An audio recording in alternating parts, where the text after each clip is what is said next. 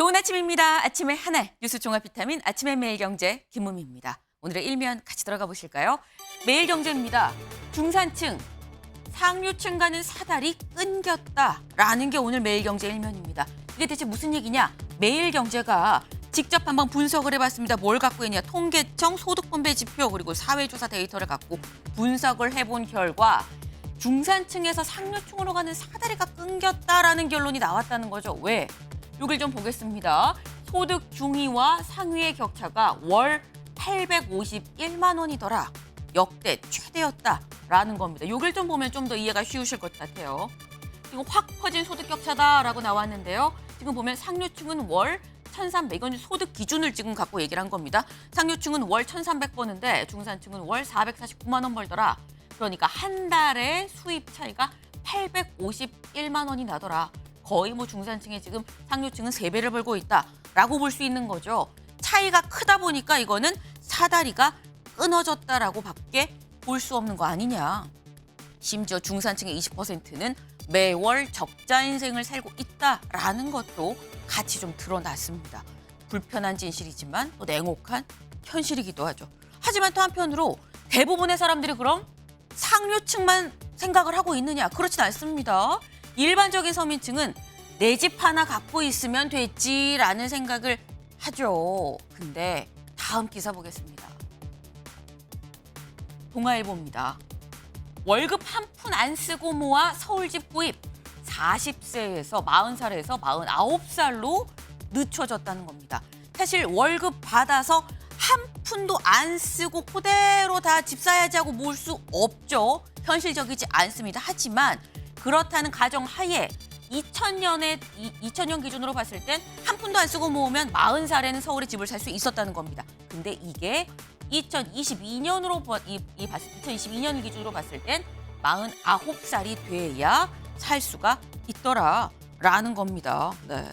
근데 그럼 이게 왜 이렇게 늦어졌느냐? 요걸 좀 보겠습니다.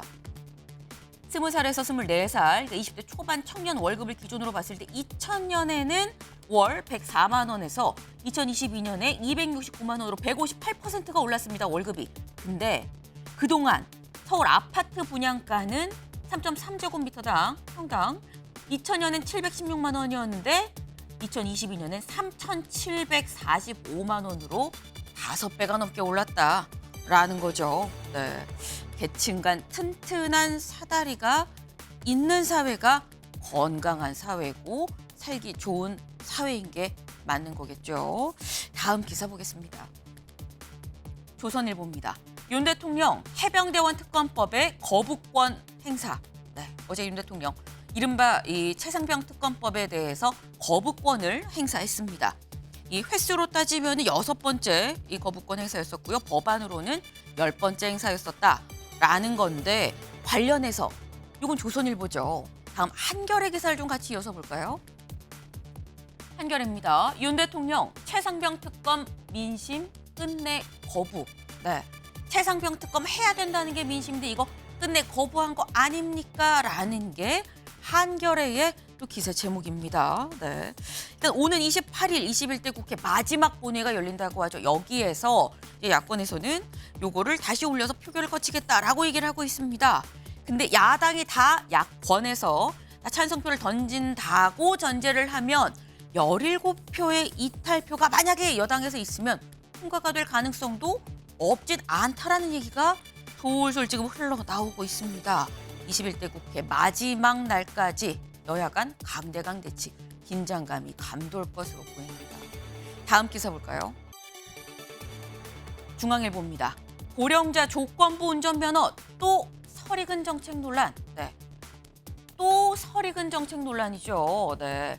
고령자에 대해서 연세 많으신 분들에 대해선 조건부로 이 운전면허증을 발부를 해주는 이런 부분에 대해서 또 설익은 정책 아니냐라는 얘기가 나온 겁니다. 저희 직구 금지, 해외 직구 금지 관련해서 이거 설익은 정책이다, 먹다, 체했다라는 얘기를 했었는데 또가 붙었습니다. 네, 지금 이 실업급여를 사실 악용하는 사람도 죄송합니다. 지난 20일에 행안부, 교육부, 경찰청에서 정부 합동으로 뭘 발표했느냐 여기 좀 나와 있습니다. 2024년 교통사고 사망자 감소 대책 자료에 보면 고령 운전자의 운전 자격을 관리하는 안이 포함이 되는데 고령자의 운전 능력을 평가해서 조건부 면허제를 도입하는 안을 올해 말까지 하도록 하겠다. 용역을 통해 검토하고 추진을 하겠다라는 내용이 여기 지금 담겨 있습니다. 네. 근데 지금 이게 논란이 되다 보니까 정부에서 결국 이거 공청회 열고 여론 수렴할 거예요. 라고 잠깐 수습에 나서긴 했는데 지금 이게 지금 또 설익은 정책이라는 얘기가 나오죠. 설익은 상태인 걸 모르고 처음에 한 번, 두 번은 먹을 수 있습니다. 근데 자꾸 설익은 정책이 나오면 잘 익은 정책도 이거 먹어도 되는 거야 라는 생각이 들 수밖에 없죠. 이렇게 되면 정부의 신뢰성 문제까지 이어질 수 있다라는 생각이 좀 듭니다. 다음 기사 보겠습니다. 경향입니다. 네. 실업급여 사태 또 반복 수급 때 최대 50% 삭감 추진. 제가 아까 요 얘기를 하려다가 말았습니다. 네. 실업급여. 네. 지금 직장을 잃으면 정부에서 실업급여를 주죠. 그런데 실업급여 관련해서 반복해서 수급하면 최대 50%까지 절반으로 쭉 삭감하는 방안을 추진한다라는 겁니다. 근데 실업급여 이거 악용하는 사람도 분명히 있습니다. 악용하는 건 근절을 해야겠죠. 하지만 또 실업급여가 꼭 필요한, 도움이 필요한 사람도 있습니다. 그럼 악용하는 사람은 이 제한하고 필요한 사람한테 도움을 주는 그 적정 기준선이 얼만큼이냐라는 게 중요할 겁니다. 네, 이걸 좀 보겠습니다. 개정안은 이직일 이전 5년 동안 2번 이상 실업급여를 받은 수급자는 수급 횟수를 기준으로 최대 50% 범위에서 감액하는 내용을 담았다라는 겁니다. 5년 동안 2번 이상. 5년 동안 2번이라는 기준이 어떻게 나왔는지가 잘 설명이 돼야 논란으로 이어지지 않을 수 있겠다라는 생각이 좀 드네요. 다음 사진 기사 보겠습니다. 네. 한 아이가 기후헌법소원 최후 진술문을 들고 있죠. 진술인 한재야라고 써 있습니다.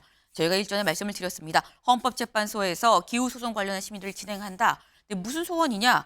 우리 정부의 기후변화 대응이 헌법에 합치하느냐, 제대로 대응을 하고 있느냐에 대해서 헌법 헌재에서 이 관련해서 지금 심의를 진행한다라는 말씀을 드렸었습니다. 어제가 그 기후소송 마지막 변론일이었었는데 소송 청구인 대표로 지금 여기 나와 있는 한재야 학생이 6학년이라고 해요. 한재야 학생이 직접 이 발언을 했다고 하는데요. 여기에 들어있는 이 진술문 뭐라고 얘기를 했느냐. 어른들은 기후결과 같은 중요한 책임을 미래의 어른인 우리한테 떠넘기고 있는 것 같습니다. 라고 얘기를 했다고 합니다. 어른들이 할 말이 없네요. 네. 좀 더 떳떳한 어른이 되려면 우리가 좀 더 많이 노력해야 되지 않나라는 생각을 좀 해봅니다. 아침에 매일 경제 뉴스 종합 비타민 언제나처럼 TV로 크게 보시다가요. 궁금한 점 유튜브 댓글로 남겨주시면 같이 좀 얘기를 해보겠습니다. 오늘 함께해 주실 분들 소개합니다. 안녕하세요.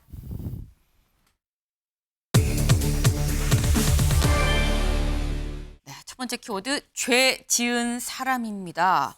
무슨 얘기인지 기사같이 보겠습니다. 김호중, 기자들 있어 못 나가. 조사 후 6시간 40분 귀가 거부입니다. 네, 트로트 가수 김호중 씨 음주운전 후 뺑소니 혐의로 지금 현재 입건이 돼 있고 조사를 받고 있죠. 실제 어제 오후 2시에 강남경찰서로 출석을 했습니다. 출석을 했고 기자들도 다 기다리고 있었죠. 조사가 언제 끝나고 나오나 이제나 저제나 계속해서 기다리고 있었는데 김호중 씨 나오지 않았습니다. 지금 여기 나와 있죠. 6시간 40분 동안 밖에 기자들이 있어서 못 나갑니다. 라고 이 귀가를 거부했었다는 건데 그래도 기자들은 계속 기다렸습니다. 그래서 모습을 드러낸 김호중 씨 뭐라고 얘기했는지 직접 들어보시죠. 김원희 씨 오늘 조사에서 경찰이 어떤 말씀하셨습니까? 그다음도 뭐 죄인이 무슨 말이 필요하겠습니까? 조사 잘 받았고 또 조사 남은 조사가 또 있으면 성실히 받도록 하겠습니다. 죄 지은 사람이 많이 필요하겠습니다. 어쨌든 죄송합니다. 네. 네, 들으셨습니까? 죄 지은 사람이 무슨 말을 할 게 있겠습니까? 죄송합니다. 하고 떠났습니다. 근데 지금 보면 일단 죄 지은 사람이 무슨 말을 하겠습니까? 라는 말인 즉슨 잘못했습니다. 라는 얘기인 것 같아요. 최수영 위원님. 근데 또 한편으로는 죄를 지었기 때문에 뭔가 좀 더 말하지 않을까라는 생각도 하긴 하거든요. 그러니까 저는 이 김호중 씨 일을 보면서 네. 그 굉장히 공인의 윤리 의식을 떠나기 전에 제가 이해할 수 없는 게 억울한 피해자 행세를 하고 있다는 거예요. 사실은 보면은 이 처음에도 그랬잖아요. 모든 진실은 밝혀질 것이다. 아니 진실이 지금 다 낱낱이 드러나고 있는데 뭐 밝혀질 진실이 또 뭐가 있겠습니까? 마치 죄지은 뭐 억울한 피해자 행세를 하는 게 제가 이 가장 큰 문제라는 거예요. 그러다 보니까 이게 처음부터 그냥 그 사고가 났을 때 차에서 내려서 사과하고 내 과실만 인정하겠다 했으면 네. 이거는 끝나는 사건이에요. 그리고 이제 음주운전에 대한 이를테면은 우리 사회에 어떤 경고와 계도의 효과를 주고 끝났으면 되고 네. 본인이 거기에 대한 적법한 대가만 치렀으면 끝날 문제를 이렇게 키운 건 뭐냐? 왜곡된 현실인식이라는 거죠. 뭐냐면 먼저 사과하면은 이게 큰일 난다. 이게 혹시라도 나중에 나한테 더 온다. 이게 왜곡된 법인식이에요. 그래서 저는 그리고 여기서 또 하나 지금 김호중 씨가 이렇게 당당하게 나올 수 있는 이유가 뭡니까? 팬덤이 뒤따르고 있기 때문이죠. 또 하나 왜곡된 팬덤이에요. 그래서 저는 이 두 가지가 아주 그 결합된 사회 문제라고 보는데 네. 어쨌든 지금 죄 지은 사람이 말이 필요하지 않죠. 말이 필요하지 않으면은 정말 달게 받는 모습 그리고 더 이상은 숨기거나 감추거나 은폐하지 말고 다 드러내십시오. 제가 드리고 싶은 말입니다. 죄 지은 사람 할 말이 없을 거다. 그렇다면 있는 대로 다 드러내고 죄를 달게 바다의 죄값을 달게 받아야 되는 거 아니겠느냐라고 지금 말씀을 하셨습니다. 네. 근데 사실 뭔가 조사가 끝나고 난 다음에 얘기하지 않을까라고 취재진이 생각했었던 이유가 있습니다. 왜냐하면 어제 경찰에 출석하기 전에 변호인단에서 앞서서 냈었던 입장문에 뭐라고 얘기를 했었느냐 이런 얘기를 했었어요. 20일 오후에 김호중 씨가 자진 출석해서 조사를 받고 국민께 입장을 표명할 예정이었는데 경찰 측 사정으로 조사가 좀 연기됐다라고 얘기를 했었습니다. 자진 출석해서 조사받고 국민한테 입장을 표명할 예정이었다라고 얘기를 했기 때문에 뭔가 경찰이 지금 나와 조사 자진 출두해서 얘기를 하고 들어가지 않겠는가 혹은 최소한 끝나고라도 내려오지 않겠는가 나와서 얘기를 하지 않겠는가라는 생각을 했었는데 근데 다음 기사 좀 이어서 보죠. 중앙일보 볼까요? 음주뺑소니 김호중 몰래 출석. 네, 경찰 증거인멸 관여 추궁. 어제 지금 아까 저희가 보여드린 모습은 김호중 씨가 경찰 조사를 끝나고 난 다음에 어젯밤 늦게 나온 모습입니다. 근데 그거 말고 경찰서에 지금 처음에 나왔을 때 조사받으러 나왔을 때도 사실 포토라인이 분명히 이렇게 있었습니다. 취재진이 기다리고 있었어요. 뭔가 얘기를 하겠거니 했는데 근데 몰래 지하 주차장으로 보시는 것처럼 지하 주차장으로 들어갔었다는 겁니다. 근데 그럼 이거는 장유미 변호사님. 네. 변호인 측은 뭔가 국민께 말씀을 드려야 된다는 입장이었는데 김호중 씨는 변호인단과 좀 생각이 달랐던 거다라고 봐야 되는 겁니까? 그런데 아마 변호인이 네. 의뢰인의 의사와 반대되는 말을 하긴 어렵고 특히나 네. 이렇게 유명 연예인이기 때문에 아마 20일 그 시점에는 본인이 자진 출두를 해서 네. 의견 표명을 하겠다는 의지도 어느 정도는 있었던 것 그 같기도 시점에는. 합니다. 네. 그런데 어떤 대한민국의 피의자도 본인이 나가고 싶다 해서 나가지 않습니다. 경찰도 다른 사건이 있는 것이고요. 수사에 어떤 스케줄이라는 게 있기 때문에 바로 어제 소환이 있었던 건데 이 강남경찰서가 신축 건물입니다. 그러면서 네. 지하주차장이 다른 여타 서울에 있는 경찰서보다는 비교적 넓어요. 그리고 이 지하주차장에서 바로 경찰서로 올라갈 수 있는 그런 상태로 되어 있어서 본인이 공원 변호인을 통해서 공언한 바와는 다르게 일단 포토라인에는 서지 않은 것이죠. 그렇기 때문에 이 당시에 이야기한 부분, 국민들께 소상히 말씀드리고 그런 기회를 본인이 갖겠다고 한 부분의 말의 진정성은 사실 믿기가 어려운 부분이 있고 지금까지 와서 죄인은 말이 없다, 유구무원이라는 취지로 이야기를 하지만 네. 이게 진정한 반성에 기반한 것인지는 조금 물음표가 쳐집니다.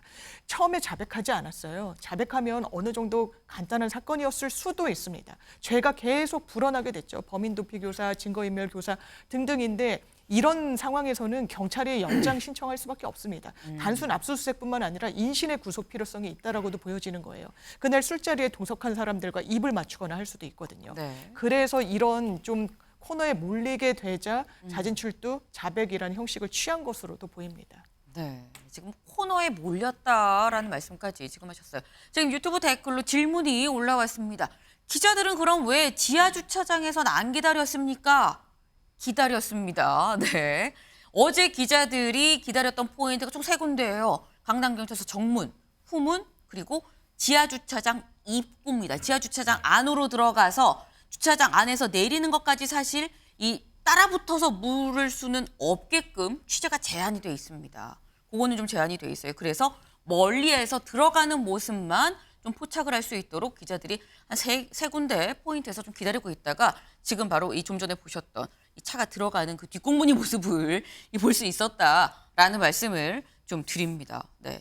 일단 어제 김호중 씨 들어갈 때도 지하 주차장으로 이렇게 해서 들어갔고요. 끝나고 나와서도 크게 얘기를 하지 않았습니다. 근데 그러면 여기서 드는 의문이 있을 수가 있죠. 왜 포토라인에 서지 않은 거냐? 경찰은 왜 김호중 씨를 포토라인에 세우지 않은 것이냐? 기자들이 어제 경찰 측에 직접 물어봤습니다. 뭐라고 얘기했는지 들어보실까요? 저희가 그 경찰청 규칙상도 아니 규정상도 그렇고 그리고 이 신축 경찰서 같은 경우에는 설계 당시에서부터 아예 피의자를 이제 지하로 빼서 이렇게 바로 올라올 수 있게끔 동선 자체를 그렇게 해서 설계한 곳입니다. 그와 관련돼 가지고 혹시라도 저희들이 경찰서에서 피의자와 관련된 부분에 대해서 특혜를 준다거나 특별히 요청해서 뭐 이렇게 하는 부분들이 아니란 부분들을 말씀을 드리고.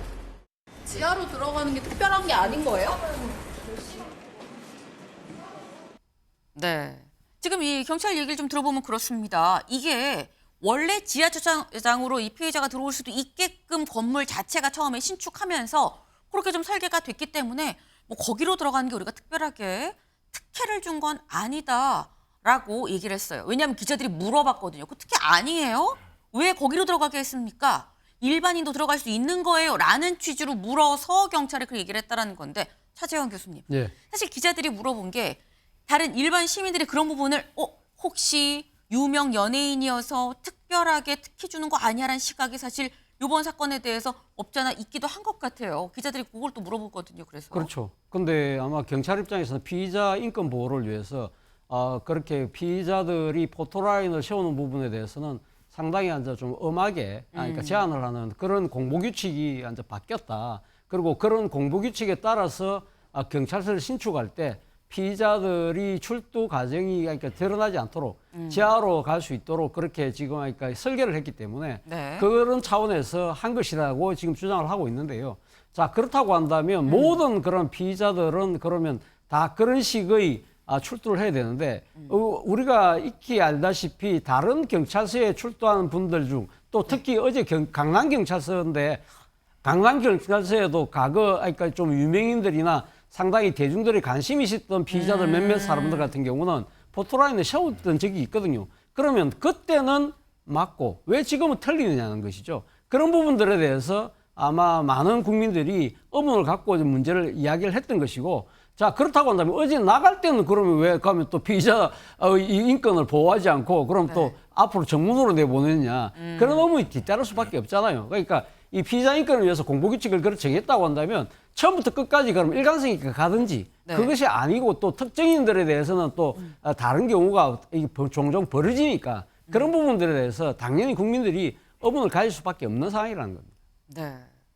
근데 경찰 쪽에서는 피해자 인권을 위해서 그렇게 한 거고 특혜가 아니다라고 얘기했지만 그럼에도 불구하고 또 일각의 의혹의 시선은 있을 수도 있다라는 그런 말씀을 하셨어요. 근데 일단 어제 김호중 씨 2시에 나와서 조사는 3시간 정도 받았습니다. 2시부터 한 오후 5시까지 3시간 정도 조사를 받고 그 이후에는 사실상 취재진이 있어서 안에서 대기를 하는 그런 상황이었다는 거죠. 그럼 3시간 동안 대체 경찰은 무엇을 물어봤고 김호중 씨는 뭐라고 얘기를 했느냐. 그게 사실 진짜 핵심이죠. 다음 기사를 좀 볼까요? 네. 경찰 김호중 4번째 조사. 요번이 처음이 아니었습니다. 사라진 블랙박스 메모리 확보 총력. 네. 어제 조사가 4번째였었고요. 사고가 있고 9일날 밤에 사고가 있었고 10날 이 17시간이 지나서 10날 한번 나왔었고요. 12일, 15일인가요? 2번 더 나왔었습니다. 그리고 어제 사실상 공개적으로 나오는 게 공표가 되고 알려지고 음주운전 했습니다라고 시인을 하고서는 첫 조사였었다. 전체는 4번째 조사다라는 겁니다. 중요한 건 뭘 물어봤느냐. 사라진 블랙박스 메모리 확보 총력입니다. 사건 초반에 그런 얘기가 있었죠. 분명 이 김호중 씨의 차가 블랙박스가 있는데 이 메모리 카드가 없어졌다. 알고 보니까 매니저가 제가 자체적으로 판단해서 좀 요거 뺐습니다라고 얘기를 했다는 소식 저희가 전해드렸었습니다. 근데 보니까 사라진 블랙박스 메모리 카드가 한 장이 아니더라라는 겁니다. 대체 몇 장이냐? 같이 볼까요? 네, 총 차 3대에 대한 3개의 메모리 카드가 사라졌습니다. 첫 번째, 지난 9일 행적 스크린 골프장에서 먼저 만나서 주류를 주문해서 마시면서 골프를 쳤다고 그랬죠. 여기에서 식당 가고 그 이후에 유흥주점까지 갈 때 그때 탔던 차가 바로 이 차입니다. 검은색 차, 본인 소유의 검은색 차가 있었어요. 이 차를 타고 이동을 했는데 이 차의 블랙박스 메모리 카드도 사라졌다라는 거고요. 그리고 두 번째, 뺑소니 사고가 났었던 바로 그 차가 이 본인 이것도 역시 본인 소유입니다. 흰색 SUV, 이 차를 얘기를 하는 거죠. 네, 굉장히 고가의 비싼 외제차. 요것도 사실 처음에 나온 거는 여기에 있는 메모리 카드만 사라졌다라는 거였었는데 알고 보니까 이거 말고 이 앞서서 탔던 또 다른 본인 소유의 검은색 차의 메모리 카드도 사라졌다. 근데 이것만이 아니다. 제가 3장이라 그랬죠. 보겠습니다. 사고가 나고 호텔로 구리의 한 호텔로 이동을 했습니다. 이때는 회사 명의의 차를 타고 갔는데 이 차도 역시 블랙박스 메모리 카드가 사라졌다라는 겁니다. 근데 그럼 뭐 말씀드린 것처럼 사고가 났던 그 차의 블랙박스 이 메모리 카드는 매니저가 자체 판단으로 없앴다고 얘기를 했는데 이동석 의원님, 나머지 2개는 어디로 간 겁니까? 뭐 아무래도 혐의를 아무래도 입증하기 어렵기 때문에 네. 자신이 뭐 파괴를 했다든지 그럴 가능성이 충분히 있을 것 같습니다. 다만 저는 이제 이 사건을 보면서 아쉬웠던 점이 네. 이런 정황을 통해서 이런 게 국민들께 지금 상세히 공개가 되고 있지 않습니까? 모방 범죄가 또다시 발생할 수 있다는 점이에요. 내가 만약에 음주운전을 했을 때 나도 김호중 씨처럼 이런 사건으로 이런 거를 배워서 이렇게 하겠다. 이런 것들이 다시 일어나게 된다면 우리 사회가 어떻게 변했을까. 네. 이런 것들을 통해서 경찰은 더욱 가감히 수사를 할 필요가 있다고 생각을 하고요. 저는 김호중 씨의 이런 어제 기자들과의 그런 인터뷰를 통해서 나오는 과정을 통해서 한 가지 본 것이 있는데 네. 김호중 씨가 나오면서 기자의 질문에 어떤 제스처를 취했느냐.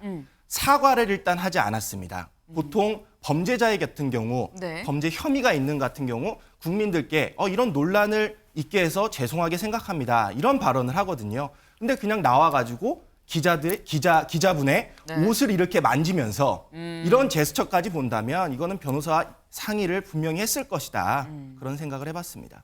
상대적으로 얘기를 이게 6시간 가까이 밖에 취재진이 있어서 못 나가야 하고 대기하다가 나온 사람 치고는 좀 여유가 있는 모습이었다. 요거는 변호인과 얘기를 안 해서 하고 나온 게 아니겠느냐라는 말씀이었어요. 근데 또 언뜻 생각하면 장윤비 변호사님. 네, 어제 3시간 조사를 했거든요. 그렇습니다. 근데 3시간이 뭐 짧다면 짧고 길다면 길 수 있는데 3시간이라는 시간이 어떻게 봐야 되는 거냐.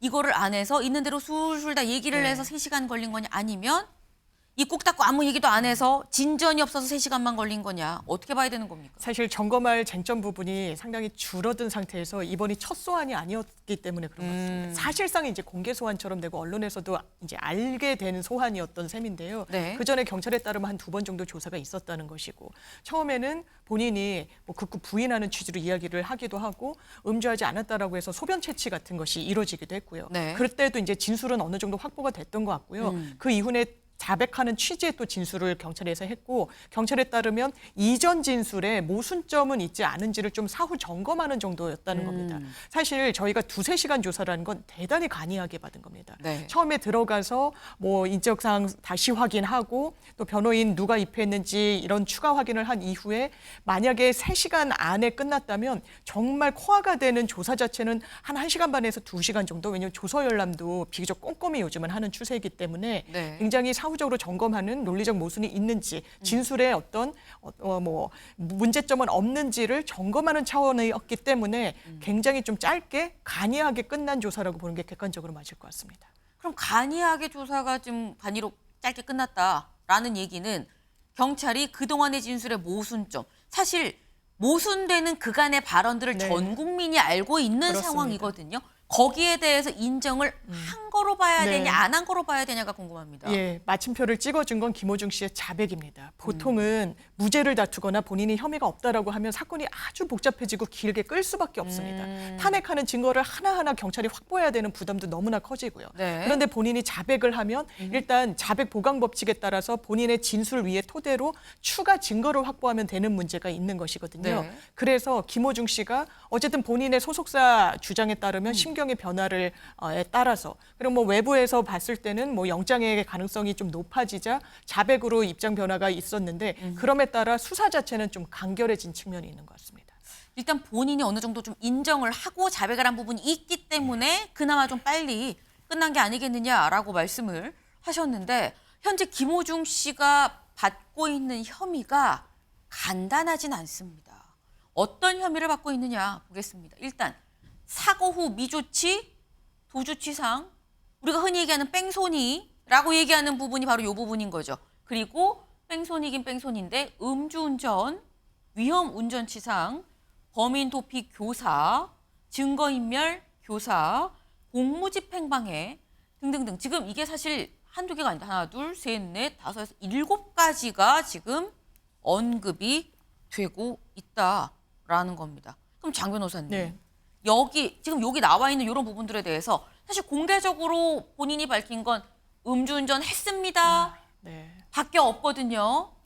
다른 것들도 어제 인정을 웬만큼 다 했다고 봐야 되는 겁니까? 그런데 역설적이게도 본인이 가장 인정을 한 음주운전이 무죄로 나올 가능성이 높고요. 나머지 혐의들이 유죄가 될 가능성이 좀 높습니다. 네. 이게 왜 그러냐면 음주운전을 했다라고 사후적으로 밝혔잖아요. 그 당시에는 본인이 극구 안 했다고 했기 때문에 실제로 17시간 뒤에 경찰에 출두했을 때 음주 측정을 해봤더니 혈중 알코올 농도는 나오지가 않았다는 겁니다. 그렇죠. 그럼 객관적인 수치는 없는 거예요. 그 이후에 소변 채취를 통해서 뭔가 알코올 분해 물질이 발견이 됐기 때문에 아 술을 마셨구나라는 이 사실관계는 어느 정도 입증이 됐지만 네. 그렇다면 사고 전에 마셨는지 사고 후에 마셨는지는 소변 검사로 아주 면밀하게 들여다볼 수가 없습니다. 근데 김호중 씨 같은 경우에는 매니저가 이제 본인의 자택이 아니라 이 인근 구리의 모텔에서 묵게 하면서 바로 앞에 편의점에서 맥주를 사거든요. 아마 마셨다고 진술했을 것으로 보입니다. 그러면 그 사고 이후에 술을 마신 건 음주 운전은 아닌 거잖아요. 그래서 이 사실관계를 굉장히 좀 혼용시킨 부분이 있어서 음주운전은 무죄가 나올 가능성이 높고 그래서 위험운전 치상죄를 들여다보는 건데 이건 꼭 음주가 아니어도 음주 상태도 분명히 포함을 하지만 술에 취한 부분뿐만 아니라 마약에 취했달지 네. 아니면 약에 취했달지 이런 부분으로 인해서 본인이 컨트롤할 수 없는 상황이 있음에도 불구하고 운전대를 잡아서 사고를 냈다? 네. 가중처벌하는 조항이거든요. 비교적 넓게 인정이 되기 때문에 위험운전 치상죄로도 처벌을 받을 것 같습니다. 근데 그렇다면 여기서 하나 더 궁금한 게 음주운전이 무죄가 나온다고 해도 다른 혐의들이 많거든요. 그럼 우리가 흔히 생각하는 이게 한두 건이 아닌데 형량이 어떻게 될 것이냐? 보통은 음주운전이 무죄가 나오는 부분에 대단히 공분을 많이 사실 텐데요. 네. 법원 입장에서는 이렇습니다. 다른 결의 사건이긴 하지만 아무래도 성범죄 목적으로 주거 침입을 했다라고 강력하게 추정되는 사건이 있었어요. 네. 그렇지만 강간 미수죄는 실행에 착수가 없다고 무죄를 선고했습니다. 그럼에도 불구하고 그때 양형을 거의 강간 미수에 준하게 주거 침입임에도 불구하고 실형을 선고를 했었거든요. 네. 그렇다면 음주운전을 인정을 법리와 증거에 따라서 법원이 하지 못하더라도 네. 음주운전이 유죄로 인정됐을 정도의 양형은 받을 가능성이 좀 있습니다. 지금 어떤 혐의가 인정이 되고 안 되고만 중요한 게 아니라 다른 것들에 대해서도 법원이 판단할 때 정황상 요거는 좀 더 가중해서 최대치로 이 판단을 할 수도 있는 것들이 분명히 있다. 다른 정황들도 굉장히 좀 중요하다라는 말씀을 하셨습니다. 네. 지금 이 신모님이 올려주신 이 질문이 경찰이 바로 구속할 수는 없는 건가요? 라고 올렸어요. 네, 이 질문을 주셨어요. 네. 근데 이 얘기는 사실 구속을 하려면 구속영장을 이 청구를 하고 그게 영장이 발부가 돼야 되는 건데 지금 상황에서는 장 변호사님 네. 구속영장을 경찰이 칠까요? 영장 신청할 동인이 상당히 떨어진 거죠. 왜냐하면 자백 사건은 기본적으로 증거인멸과 도주 우려가 없다라고 보는 겁니다. 본인이 실토를 했기 때문에요. 그리고 말을 맞추거나 추가적으로 증거인멸을 할 그런 동인도 사라졌다고 보는데 네. 여기서도 본인의 죄를 인정하는 그런 사실관계와 관련해서 또 어떤 입장인지 완전히 적극적으로 협조하는지 또 경찰 입장에서 그렇지 않은지에 따라서 영장 신청을 추후적으로라도 할 수 있는 가능성이 완전히 제로로 닫히게 됐다 이렇게 판단하기는 어려울 것 같습니다. 여지는 좀 있다라는 말씀이에요. 최수영 의원님. 근데 저는 아무리 봐도 지금 김호중 씨가 법의 허점을 이용하는 것 같아요. 그러니까 사후에 맥주, 캔 맥주 구입한 것도 있잖아요. 그게 이제 흔히 얘기하는 알코올 농도 사후 유추 방식이 이제 위드마크를 그게 무력화시키는 방식이잖아요. 그다음에 지금 대리자수 역시 제가 보니까 바꿔치기가 발각되더라도 네. 법원의 판결을 보니까 45%가 집행유예로 나왔다는 거예요. 그러니까 이제 예측을 하는 거죠. 네. 여기서 얼마큼 내가 받을 수 있는 것인가. 그래서 그렇게 할 것은 시인하고 그리고 지금 보니까 왜 블랙박스 세대를 다 차량에서 없앴을까? 결정적인 증거가 있으니까 없앴겠죠. 그 안에 이를테면 전화 같은 게 녹취가 다 되잖아요. 증거를 인폐하거나 그걸 또 없애거나 하는 게 네. 그대로 다 드러날 수 있어요. 그러니까 이것만큼은 아주 말하자면 결정적인 스모킹건이 될 수 있으니까 이건 없애자. 그 해도 본인 죄는 또 교사는 했어도 실제 집행한 사람은 또 그 자기 매니저였다고 하니까. 네. 그러니까 제가 보기에 이 모든 사안들에 대해서 법률 자문을 받은 상태에서 자기가 인정할 건 인정하고 빠져나갈 건 빠져나가고 가장 낮은 형량을 받을 수 있는 것으로 지금 대처하고 있다. 그러니까 정말 이건 법꾸라지 같은 모습이라고 해서 공분이 더 불러일으키는 거라고 좀 봐요. 네.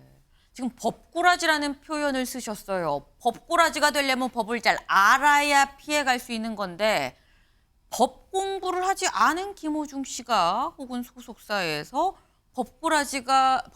마치 법꾸라지처럼 피해간다는 건 누군가의 조력이 있는 거 아니냐라는 생각을 할 수밖에 없는 거겠죠.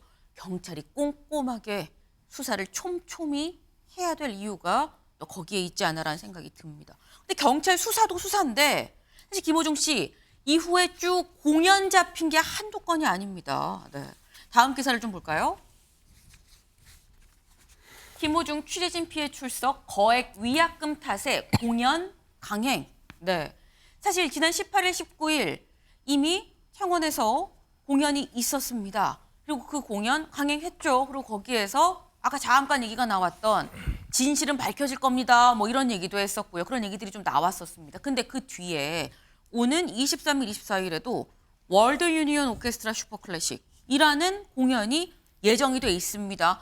세계적으로 유명한 프리마돈나들과 같이 한 자리에서는 굉장히 큰 공연인데 여기에 노개런티로 출연을 하겠다. 돈 안 받고 출연하겠다. 그리고 취소하실 분은 취소하셔라. 취소 수수료 저희가 부담합니다. 이거 취소 수수료만 10억 이상이라고 그래요. 근데 이렇게까지 하면서도 공연을 하는 이유가 일단 국민일보는 거액의 위약금 때문이다라고 얘기를 하고 있는데 차재원 교수님. 네. 아니 취소 수수료 부담하는 것만도 이미 10억인데 네. 위약금이 얼마길래 대체 이거를 다 안고 개런티도 받지 않은 상태에서 공연을 그냥 하느냐. 제가 생각하기에는 뭐 그 위약금이 얼마인지는 저는 알 수는 없습니다만 미루 네. 짐작하건대 상당한 액수가 되지 않을까 하는 생각이 들어요. 지금 말씀하신 월드 유니온 오케스트라 슈퍼 클래식에는 네. 사실은 세계적인 그 악단, 예를 들면 그러니까 빈필이라든지 베를린 필, 그리고 또 지금 그걸 비롯한 한 전 세계 4개 정도의 악단에서 대표급 주자들이 모여서 그리고 이제 김호중 씨하고 합동 공연을 하는데 여기에 세계 3대 이 프리마돈나라고 하는 소프라노가 또 와요. 그러니까 이런 분들 같은 경우가 만약에 공연이 안 될 경우에 네. 그분들에 대한 위약금이 어마어마하지 않을까 하는 생각이 들어요. 그렇기 때문에 본인 입장에서는 자기가 개런티를 안 받고 하더라도 네. 그것을 차라리 하는 게 낫다고 생각을 한다는 것이죠. 자, 그런데 어제 놓으면서 뭐라고 했습니까? 죄지은 사람이 무슨 말을 하겠냐고 그랬잖아요. 그럼 네. 죄지은 사람이 그럼 대중 앞에서 그렇게 공연을 해도 되는 겁니까? 아니, 우리가 이 지금 공연을 보러 가는 이유는 뭐죠? 네. 그러니까 유명한 아티스트들이 하는 공연을 보면서 스스로 위안과 뭐 이렇게 위로를 받으려고 가는 것인데 이런 죄지은 사람이 부르는 노래를 듣고 과연 사람들이 위안을 받을까요? 저는 그런 부분들에 대해서는 상당히 좀 문제 있다는 생각이 듭니다. 네. 죄 지은 사람이 말도 못하면서 무슨 공연을 하겠다고 하는 거냐라는 말씀을 또 하셨어요. 사실 어제 저희가 요 공연 23일, 24일로 예정된 요 공연 지금 이 취소 수수료가 이 자체적으로 부담을 하는 취소 수수료 없는 걸로 바뀌면서 굉장히 많이 취소되는 티켓들이 나오고 있다라고 전해드렸었습니다. 어제 오전 7시 기준으로 이 얘기를 했을 때 한 6,000석 정도가 지금 빈자리였어서 특히 VIP석이 좀 중요하죠. VIP석 39석에 191석까지 취소가 됐었는데 근데 오늘 오전 7시 기준입니다. 6,000석에서 5,200석으로 전체적으로 좀 바뀌었어요. 그리고 VIP석이 매진이 됐습니다. 그리고 아까 190석이 넘게 비어 있었는데 지금 78석으로 훅 줄었어요. 같이 보면 더 비교가 쉬우실 것 같은데 39석이 다 매진됐고요. 191석이 78석으로 줄었다라는 겁니다. 더 많이 오히려 표를 샀다라고 봐야 되는 거죠. 네. 그럼 누가 샀지? 궁금한데 팬카페에 이런 글들이 올라왔습니다. 네. 콘서트 취소표 내가 추가 예매했어요. 예매 취소된 티켓 사서 김호중 씨 도웁시다. 라는 글들이 올라왔습니다. 네. 모든 팬들은 아니에요. 일부 팬들입니다. 일부 팬들이 취소표를 사드리는 어떤 그런 모습도 있었던 걸로 일단 표의 숫자를 좀 봤을 때 추정이 된다라는 겁니다. 네. 근데 이걸 보면 이동석 의원님. 네. 사실 이게 티켓이 한두 푼이 아니거든요. 한 장 자체에 뭐 몇십만 원씩 하는데 팬덤이 이렇게나 막강한가라는 생각도 드는 포인트입니다. 뭐 첫 번째 콘서트를 할 때 사실 팬층에서 김호중 씨를 취재해 온 언론사들을 향해 막 욕설도 하고 왜 이렇게 괴롭히느냐 이런 것도 했다고 저는 이제 언론을 통해서 봤는데요. 네. 그만큼 이제 팬층이 더욱더 두터워지고 있는 거죠. 김호중 씨가 어떤 행위를 하든 나는 김호중 씨를 지지할 것이다. 이런 팬층이 확대가 되고 있는 부분인 것 같고요. 사실 김호중 씨가 지금 계속 콘서트를 강행하는 이유, 저는 이런 거를 한번 생각해 봤어요. 네. 사실 연예인이라는 것은 이미지입니다. 김호중 씨가 계속해서 이미지를 극대화해서 나는 약속한 거는 꼭 지키겠다. 결국 콘서트는 약속이다. 팬층을 만날 수 있는 유일한 기회다라는 이런 이미지를 계속해서 남기기 위해서 네. 나중에 어떤 처벌을 받든 간에 나는 다시 돌아올 것이다. 여러분 앞에 설 것이다라는 약속을 우회적으로 드러낸 것이 아닌가 그런 생각이 들고요. 이런 팬층이 결국 김호중 씨에게 도움이 될 것인가 이 부분을 한번 생각해 봐야 된다고 생각을 해요. 결국 이런 강한 팬층은 김호중 씨에게 마이너스를 초래할 것이다.